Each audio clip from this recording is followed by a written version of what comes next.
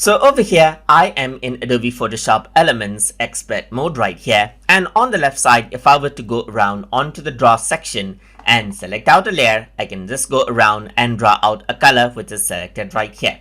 So if you want to stick to specific colors when you're actually designing something, then you might want to use something called Color Swatches. And to do that, you can go around onto more option right here. And here you can see that there's different things right here. There's like color swatches over here as well.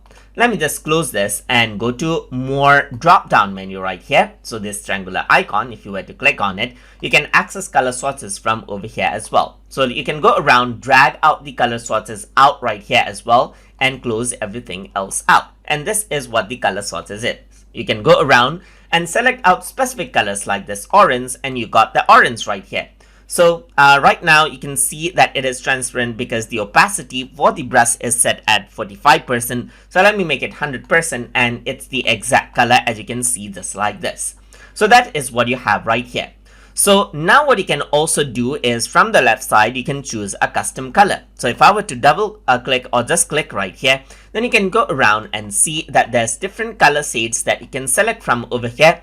And that particular color may not be available over here in the color swatch. In that case, when that color is selected, you can go around over here and click on new color swatch of foreground color, and then you can name the swatch however you want. So I'm just going to go around and say tube and press OK. And here you can see the swatch color has been added up. So here you can see that there's different swatch colors, and if you want to delete that particular color, you can simply delete the swatch color over there as well, and that color will be deleted.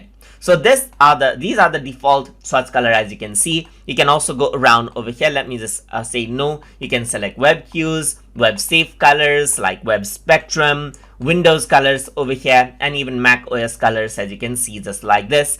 And according to what you choose, those color swatches, predefined color swatches, just pops up right there, which is helpful when you're designing something using Adobe Photoshop Elements.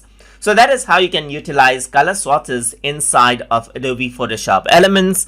So I hope you guys learned something as always. And as always, please like, comment, share, and subscribe.